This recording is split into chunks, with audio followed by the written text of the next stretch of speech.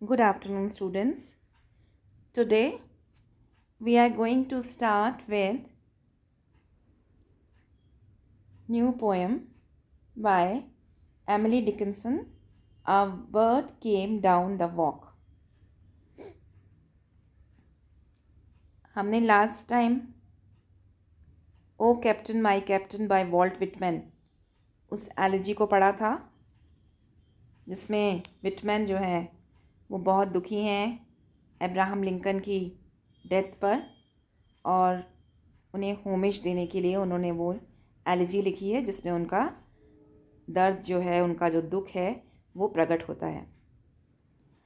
दूसरी American writer जो हमारे कोर्स में प्रिस्क्राइब्ड हैं वो हैं एमिली डिकिंसन। एमिली डिकिंसन एक बहुत ही प्रोफाउंड और बहुत ही पावरफुल राइटर हैं, और इनके जितने भी पोएम्स हैं उनमें ज़्यादातर पोएम्स का जो थीम है वो डेथ है। और ये particular poem a bird came down the walk एक बहुत ही सिंपल पोएम है,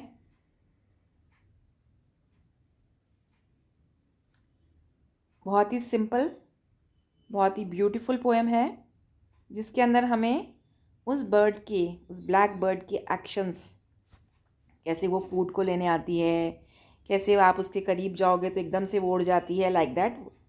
the poem begins with the speaker describing a bird she sees. She is close by, making it that she can look at the bird, but it does not immediately notice her. From where she is situated, she sees the bird pick up an angelworm and bite it in two, moves quickly from place to place, showing the anxiety inherent to most of its species. It knows the dangers presented by the much larger and stronger world. In the last section, the speaker attempts to offer the bird a crumb. Crumb is bread का एक टुकड़ा है ना. It doesn't want anything to do with a human being, flies away. It movements are swift yet purposeful as if it is swimming. Basically जब ये play की बात नहीं कर रहे हैं अब हम पोएम की बात कर रहे हैं. तो यहाँ सेकेंड ईयर के जो बच्चे हैं वो ध्यान रखें कि ये एक अमेरिकन पोइटेस है एमिली डिकिंसन, और इनकी ये जो पोएम है अ bird came down the walk, एक सुंदर सी छोटी सी काली चिड़िया है जिसको वो देखती है कि किस प्रकार से उड़ते उड़ते चलते चलते वो अपना केम डाउन नीचे उतर के आती है. जब वो she was walking there Emily Dickinson and she looks over this bird. वो इस बर्ड को बहुत ध्यान से देखती है. बर्ड का ध्यान उसकी तरफ नहीं जाता है. फिर वो देखती है कि बर्ड ने एक एंजल वॉर्म, एक छोटा सा कीड़ा उठा लिया, उसको दो टुकड़ों में बांट दिया, उसको बीच में से तोड़ दिया, उस टुकड़े को दो टुकड़ों में कर लिया है खाने के लिए. फिर वो एक जगह से दूसरी जगह उड़ रही है, ठीक है. फिर उसके बाद क्योंकि उसको पूरी तरह से वो सतर्क है कि कहीं कोई उसको आके हानि तो नहीं पहुंचा लेगा, कोई उससे पकड़ तो नहीं लेगा, लाइक दैट. फिर उसके बाद लास्ट सेक्शन में जो स्पीकर है वो उसको ब्रेड का एक टुकड़ा खिलाने की कोशिश करती है, तो एकदम से वो वहाँ से चली जाती है क्योंकि उसके किसी भी ह्यूमन बींग से कोई मतलब नहीं है, और उसके मूवमेंट्स बहुत ही स्विफ्ट हैं, तेज़ी से उड़ जाती है, वो पर्पसफुल है, और ऐसा लगता है जैसे कि वो स्विम कर रही हो, तैर रही हो. A bird came down the walk, he did not know I saw, he bit an angle worm in halves and ate the yellow raw. तो bird came down the walk, इसमें जो स्पीकर है डिकिंसन, मिस एमिली डिकिंसन कहती है simple beautiful movements बता रही है वो बर्ड के. वो साइड वॉक जो पाथ बना रहता है, रास्ता बना रहता है, उस पर चल रही है और वहाँ पे वो उस चिड़िया को देखती है, उस बर्ड के एक्शंस को वो नोट करती है, और चिड़िया जो एकदम सचेत हो जाती है, हाँ, डर जाती है. क्योंकि आपने देखा होगा कि हम जैसे ही किसी भी बर्ड के आसपास जाने लगते हैं तो वो एकदम तैयार रहती है इस बात के लिए कि कहीं वो हमें कोई हानि ना पहुंचाए, या किसी तरह से वो हमें कुछ तंग तो नहीं करेंगे, किसी तरह से हमें पकड़ने की कोशिश तो नहीं कर रहे हैं, हमें कहीं किसी चीज़ में कैद करने की कोशिश तो नहीं कर रहे हैं, तो वो फ्राइटेंड तो रहती हैं. Birds are rightfully wary of the presence of human, they will not behave in the same way as if they are knowingly being watched. क्योंकि वो ऐसे बिहेव नहीं करते कि उनको पता तो है कि आप उनको देख रहे हो ध्यान से, लेकिन उनको ये नहीं पता कि आपकी इंटेंशंस क्या हैं। और यहाँ एमिली डिकिंसन की कोई भी इल इंटेंशंस नहीं है, दो simply reporting on what she is seeing, finding importance in the instinctual actions of the bird. Instinctual कहते हैं उसी दौरान, इंस्टिंक्ट के हिसाब से, यानी जैसे उसको लगता है कि खतरे का आभास उसको होता है तो तुरंत वो वहाँ से उड़ जाती है। उसे एक वर्म दिखता है तो उस वर्म को वो उठा रही है, एंजल वर्म को। तो ये जो एंजल वर्म है उसके हाथ बीक में ये कीड़ा है, इस कीड़े को उसने 2 भाग में काट लिया, फिर उसको रॉ कच्चा ही खा गई है, बाइटिंग इट इन हाफ, आधा टुकड़ों में करती हुई। Then he drank a dew from a convenient grass, पास में ही कन्वीनियंटली उसको ग्रास मिल गई, ग्रास पे वो उसकी बूंदें हैं जिसमें से वो पानी पीती है। Then hop sidewise to the wall, दीवार के पास में जो रास्ता है वहाँ पे हॉप कर रही है। हॉप मतलब कूदना, धीरे धीरे, जो आपने देखा होगा चिड़िया यहाँ से वहाँ जो कूदती है, उछलती है, उसे हॉपिंग कहते हैं। टू लेट अ बीटल पास, और बीटल उसके पास से जब निकलता है तो उसकी तरफ परवाह नहीं करती बीटल की, उसे अपने पास से गुजरने देती है। He glanced with rapid eyes that hurried all abroad. They looked like frightened beads. I thought he stirred his velvet head. अब यहाँ पर जो बर्ड है वो कॉन्शियसली चल रही है, इसलिए hop to the side and let the beetle crawl past, यानी उस संसार से वो पूरी तरह से परिचित है, उसके प्रति संसार में वो पूरी तरह से है।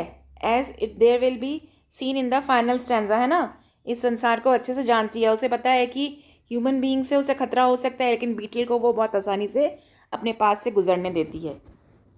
और लास्ट स्टैंजा में bird came down the walk, तो उसका रिएक्शन क्या है वर्ल्ड को लेकर, संसार को लेकर, वो बहुत ध्यान से चारों तरफ देख रही है।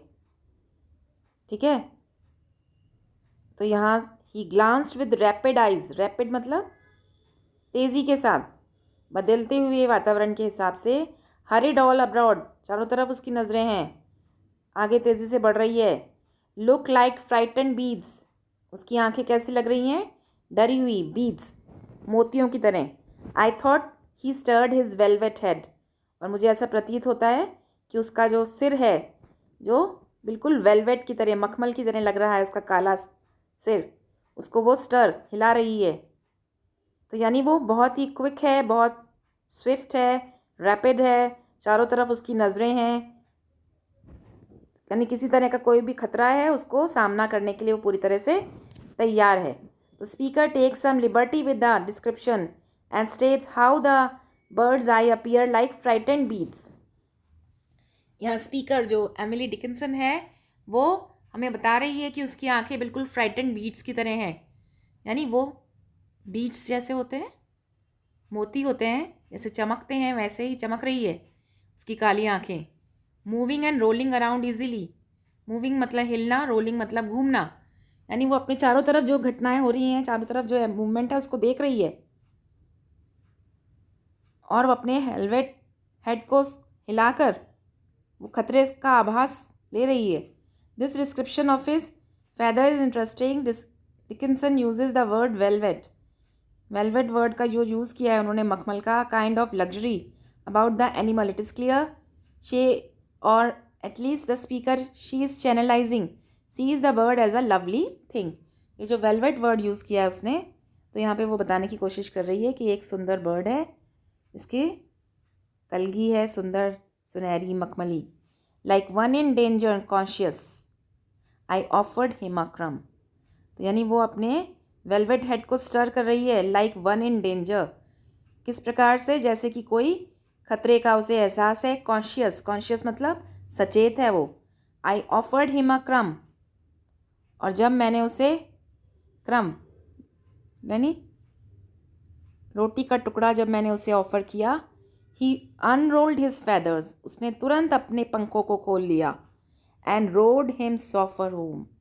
रो, रो का मतलब है, रो का मतलब ऐसे होता है चप्पू चलाना, लेकिन यहाँ रो का मतलब है, ऐसा प्रतीत हुआ जैसे कि वो एकदम से उड़ गई कहीं, सॉफ्टली वो अपने घर की तरफ उड़ गई. The fourth stanza, bird came down the walk, describes the one interaction of the poet. Speaker attempts with the bird. She reaches out to him, offers him a crumb of food. तो एकदम positively उसकी तरफ react नहीं करती है उसके intrusion पे, क्योंकि उसको लगता है कि वो उसे बाधा पहुंचा रही है, उसके क्षेत्र में आ रही है. उसको तुरंत समझ में आ जाता है कि अब मुझे यहाँ से उड़ जाना चाहिए, मैं यहाँ सुरक्षित नहीं हूँ. In Dickinson's words, the action is much more complicated and elegant. Bird is said to unroll his feathers. Process, इस प्रोसेस से पता चल रहा है कि वो सचेत थी और तुरंत उसने अपने पंखों को खोला और आसमान में तैरने लगी, तैर कर उड़ गई, एक क्षण में गायब. तो each feather passes her by in all its velvety beauty, takes to the sky, he is said to row to his home. ऐसा लग, तो उसके लिए जो वर्ड यूज़ किया है कि वो रो मतलब चप्पू जैसे चलाते हैं ना पानी के अंदर. The use of the word row here applying to sailing, एक नया मेटाफर उसने यूज़ किया है. Continues with the fifth stanza. Dickinson closely relates water and flight and the movement which makes them up. Water और flight के जो metaphors हैं उनको वो यूज़ कर रही है कि पानी के अंदर स्विम करना और आसमान में उड़ना, दोनों को उसने सिमिलैरिटी के साथ डील कर रही है. और जो फिफ्थ स्टैंजा है, than oars divide the ocean too silver for a seam or butterflies off banks of noon leap splashless as they swim. ये ज़्यादा मेटाफोरिकल स्टैंजा है. स्पीकर जो एमिली डिकिंसन है is interested in how the bird's wings move through the air. इस बात में interested है कि उसके पंख किस तरह से आसमान में उड़ रहे हैं. तो ये प्रोसेस को कैसे बताती है, ओर्स, जिस तरह से हम पानी के अंदर चप्पू चलाते हैं और बोट हमारी आगे बढ़ती जाती है. डिवाइडिंग द ओशन, ओशन को बीच में से दो हिस्सों में बांटती हुई. सिल्वर फॉर अ सीम, अंदर, सीम कहते हैं सिलाई को कहते हैं वैसे सीम, लेकिन यहाँ सीम का मतलब है कि अंदरूनी सिलाई दिखाई दे रही है, यानी अंदर की जो पानी की धार है वो कैसी है, सिल्वर की तरह, बिल्कुल चांदी की सी है. Butterflies off banks of noon leap splashes as they swim. The bird जो है उसकी क्लियर ब्यूटी को डिस्क्राइब कर रहा है. बर्ड का कंपैरिजन वो बटरफ्लाई से कर रही है. वो उन बैंक्स ऑफ नून, दोपहर के समय उन बैंक्स, उन किनारों पर वो आगे बढ़ रही है उस हीट ऑफ डे को क्रॉस करते हुए. Jumps and moves, splashes through the air, यानी वो पानी के अंदर अपन डुबकी लगाते हैं तो स्प्लैश की आवाज़ आती है, उसी तरह से वो भी हवा में भी वैसे ही स्प्लैश कर रही है. It cuts through the air as an oar would through the water, यानी वो उसी प्रकार से अपने पंखों की सहायता से हवा में आगे बढ़ रही है कि जैसे कि हम ओर की सहायता से, चप्पू की सहायता से पानी में आगे बढ़ते हैं. This brings us to the end of this poem. मुझे उम्मीद है कि आपको ये पोएम अच्छे से समझ में आ गई होगी. अगर कोई भी प्रॉब्लम है तो आप मुझसे पूछ सकते हैं. Thank you so much.